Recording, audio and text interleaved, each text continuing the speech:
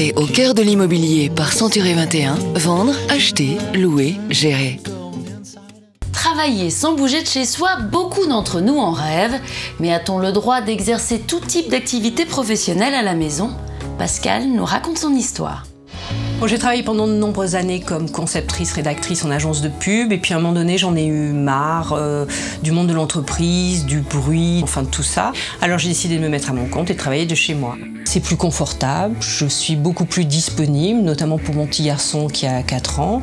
Je déduis aussi une partie de mon loyer de mes impôts, ce qui n'est pas négligeable, donc pour le moment c'est parfait, et à l'avenir on verra.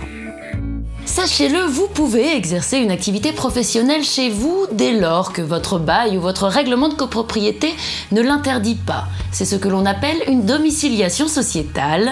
Seule contrainte, ne pas recevoir de public ni stocker de marchandises. J'ai le plaisir d'accueillir à présent André-Paul Bahuon, président d'honneur de l'Ordre des experts comptables de Paris, et Marie-France Ladegaillerie, agent immobilier. Marie-France, bonjour. Bonjour. Si j'exerce une activité chez moi, est-ce que je devrais payer un impôt ou une taxe spécifique? Alors, bonne nouvelle. Dans le cadre de la domiciliation sociétale, votre bail restera un bail d'habitation et à ce titre, vous n'aurez à vous acquitter d'aucune taxe supplémentaire ou spécifique. Et si vous êtes auto-entrepreneur? Alors, si vous travaillez de chez vous, sous ce statut, vous devez vous acquitter de la cotisation foncière des entreprises, la CFE, ce qui est également le cas pour toutes les professions indépendantes.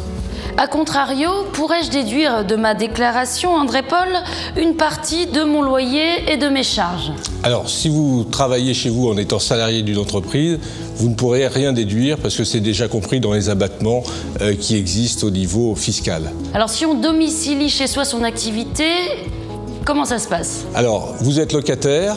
À ce moment-là, vous pouvez déduire une quote-part de l'ensemble des charges liées à votre appartement pour la partie que vous réservez de votre appartement à votre activité.